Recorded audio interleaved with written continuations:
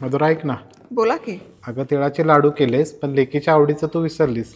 नाही नाही, करते ना खमंग खुसखुशीत अशी गुळपोळी.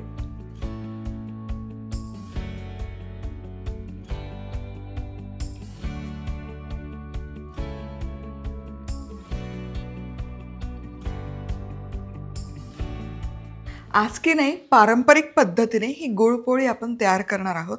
यामध्ये गुळ कसा तयार करायचा याची सविस्तर डिटेलमध्ये माहिती बघणार आहोत आणि खूप साऱ्या टिप्स आहेत. काय चुका आपण करू शकतो ही गुळपोळी करताना, ही सगळी माहिती यामध्ये मिळणार आहे.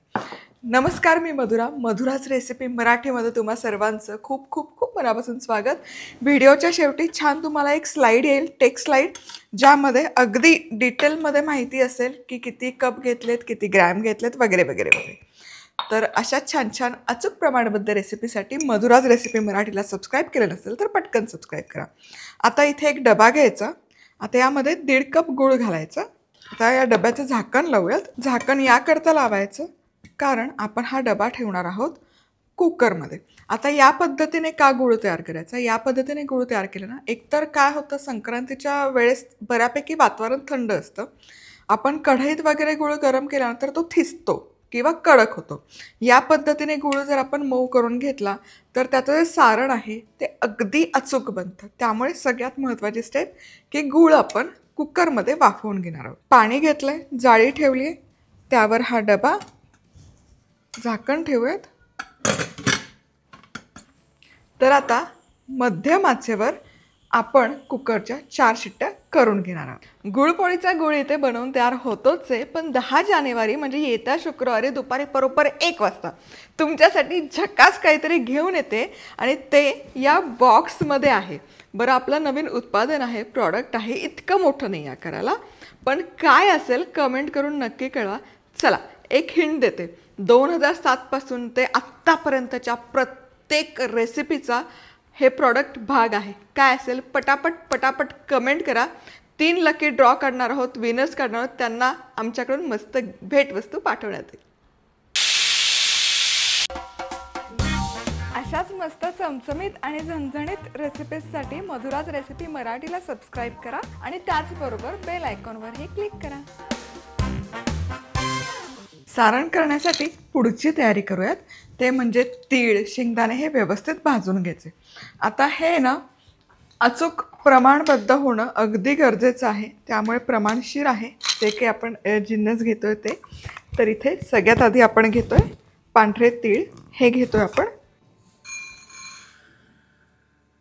बरोबर मोजून घ्यायचे, अर्धा कप पांढरे तीळ. आता इथे हे गावरान तीळ आहेत, हे मंद आचेवर खमंग असे भाजून घ्यायचे. आता इथे तीळ घेतो ना, ही महत्त्वाची टिप आहे. तीळ कधी मोठ्या आचेवर भाजायचं नाही, मध्यम किंवा मंद ते मध्यम आचेवर एकसारखे त्याला मिसळत भाजून घ्यायचे. म्हणजे मग ते एकसारखे भाजतात आणि त्याची जी चव किंवा स्वाद आहे तो त्या पदार्थामध्ये खूप छान येतो. तीळ ते खमंग असे भाजून झालेत बघा, एकसारखा सोनेरी रंग यायला सुरुवात झाली. आता हे भाजलेले तीळ एका डिशमध्ये काढून घ्यायचं.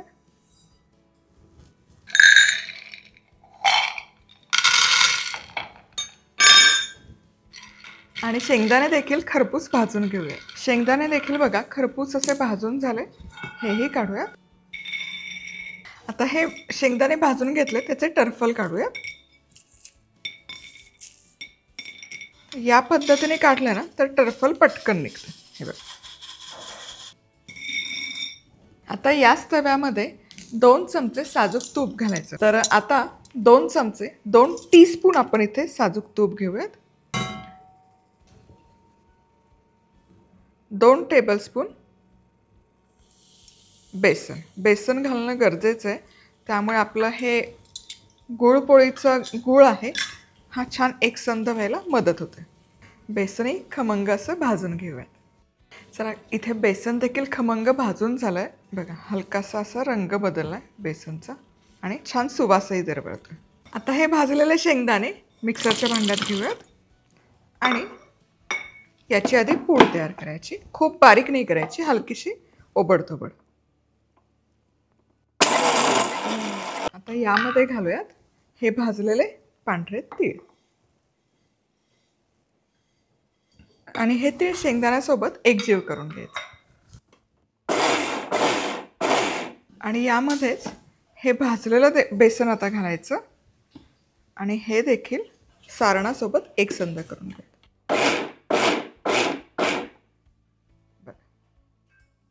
मध्यम आचेवर 4 शिट्ट्या करून घेतल्या. आता डबा काढून बघूयात.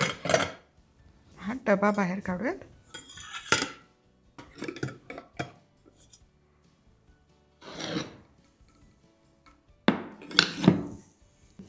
हे बघा, गूळ इथे छान विरघळला जातो आणि शिजलाही जातो. आता हे जे वाटण आपण तयार केले गुळाचं आणि बेसनाचं, हे यामध्ये घालूयात.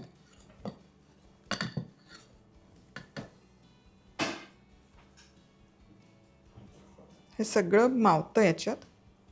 त्याचसोबत सुंठपूड, वेलची पूड, थोडंसं जायफळ हेही घालूयात. आणि आता हे सगळं एकजीव करून घेऊयात मिश्रण. चला, हे सारण आपलं तयार आहे. हे बघा, आता याचे हे असे गोळे करायचे आणि हे असं ठेवायचं. आता ही गुळपोळी छान होण्यासाठी कणिक पण छान मळली गेली पाहिजे. तर आता कणिक मळून घेऊयात. तर काय होतं ना, पुरणाची जी कन्सिस्टन्सी आहे तीच आपल्याला गुळाची देखील कणकेची देखील कन्सिस्टन्सी ठेवायची आहे.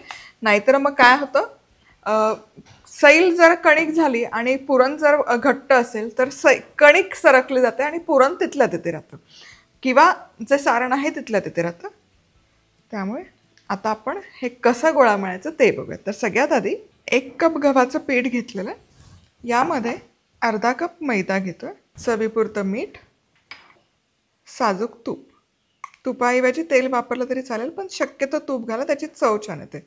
हे 4 चमचे घेते, म्हणजे साधारण 2 टीस्पून आहे. आता हे तूप छान घोळवून घेऊयात या कणकेसोबत. छान असं रवाळ होतं हे मिश्रण. आता यामध्ये थोडं थोडं पाणी घालायचं आणि कणिक मळून घ्यायची. चला, आता हे बघा, हे छान मळून मळून घेतलं आहे. बरोबर अर्धा कप पाण्याचा इथे वापर केला, म्हणजे 125 ml. हे बघा, हलकीशी मऊ आहे, पण खूप सैल नाही आहे. पुरणाची करतो तशी नाही आहे, पण मऊ पण आहे. आता झाकण ठेवूयात. मुरण्यासाठी कमीत कमी 1 तास तरी ठेवून देऊयात. तर या प्रमाणात 9 गुळपोळ्या छान तयार होतात. तर सगळ्यात आधी कणिक घ्यायची, पुन्हा एकदा एकसारखी करून घेऊयात. पण छान झाली. हे बघा, मस्त झालं आहे. आता यातून एक गोळा काढून घ्यायचा, एकसारखा करायचा. हे बघा, याची कन्सिस्टन्सी आणि याची कन्सिस्टन्सी सेम आहे. आता आणखी एक, गुळपोळी लाटताना आहे ना, शक्यतो तांदळाच्या पिठावर लाटा, गव्हाचं पीठ किंवा मैद्याऐवजी. अगदीच तांदळाचं पीठ नसेल मैदा चालेल, पण गव्हाचं पीठ नको. एकतर काय होतं, मैदा किंवा तांदळाच्या पिठामुळे सरसर लाटलं जातं आणि जेव्हा भाजतो ना, म्हणजे गुळपोळी टिकण्यासाठी पण मदत होते. म्हणून मग तांदळाच्या पिठाचा वापर करूया. आता हे उंडा हलकासा तांदळाच्या पिठामध्ये घोळवून घेऊयात आणि याची पारी तयार करायची गुळपोळी करण्यासाठी. आता हा उंडा आपला तयार झाला, ही वाटी तयार झाली की पुढे काय करायचं, हे जे आपण सारण तयार केलं आहे हे हलकं असं मऊ करायचं, पसरवून घ्यायचं, फोडून घ्यायचं. म्हणजे काय होतं ना, पोळी लाटताना ते पसरलं जातं काठोकाठ. तुम्ही जर तसंच गोल ठेवलं पुरणपोळीसारखं तर मग मात्र त्रास होतो पोळी लाटताना. आता या कडा एकत्र आणायच्या. जास्तीचं पीठ असेल ते काढून घ्यायचं.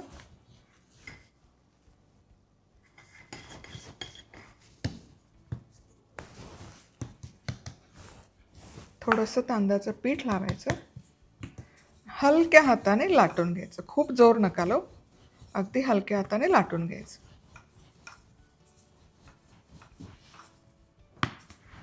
पण आतलं सारण फोडून भरलं ना की हे बघा, असं या कणकेच्या काठोकाठ कडेकडेपर्यंत हे सारण पसरलं जातं. वाह, बघा, अगदी सुरेख लाटली गेली आहे.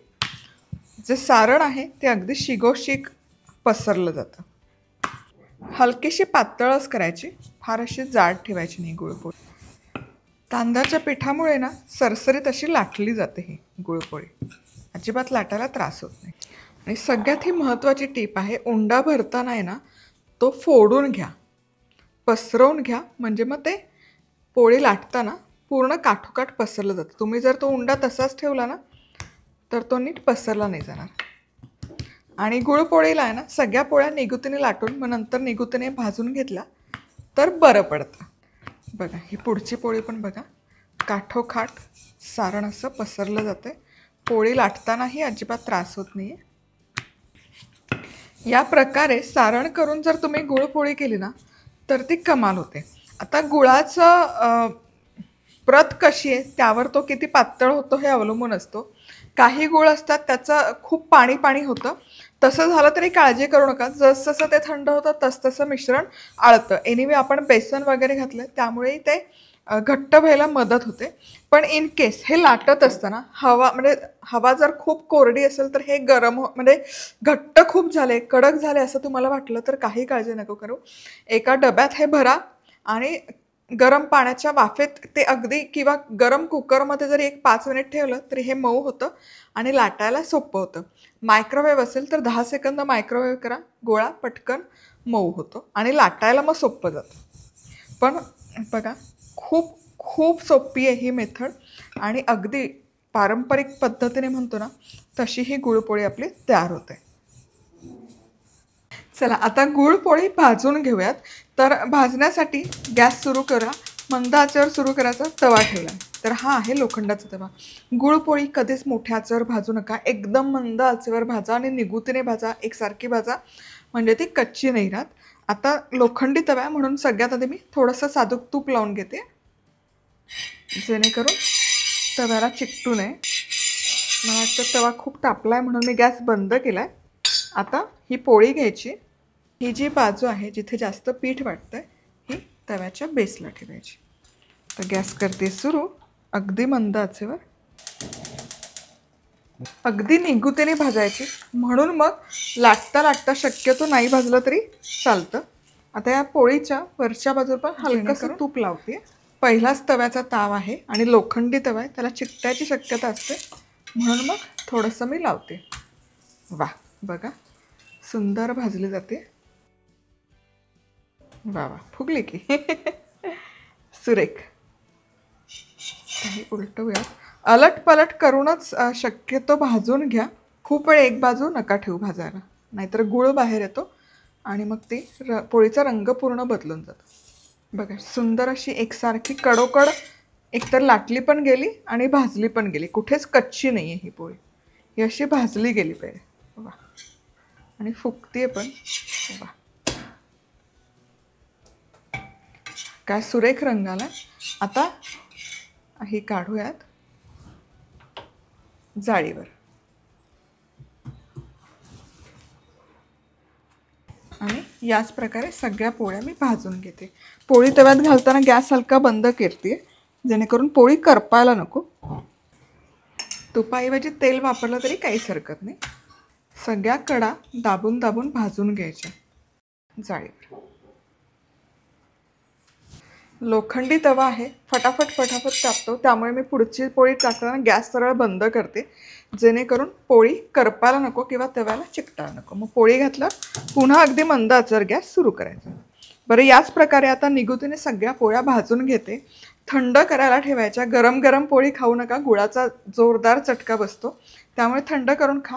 या पोळ्या आहेत ना मस्त अशा खुसखुशीत राहतात, 15 ते 20 दिवस छान टिकतात, अजिबात खराब होत नाही. पापुद्राही छान येतो, दाखवतेच मी हलकी थंड झाली की, पण अशा मस्त खुसखुशीत खमंग बनतात.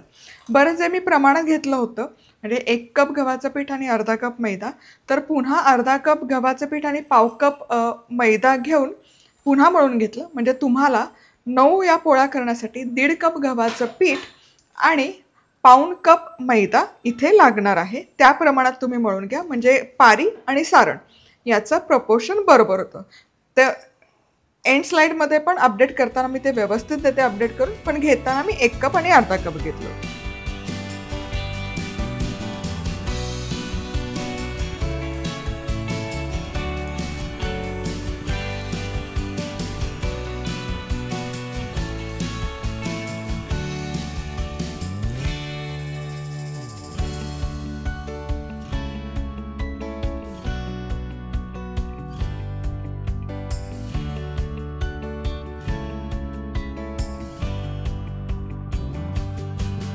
चला आता सगळ्या पोळ्या भाजून घेते.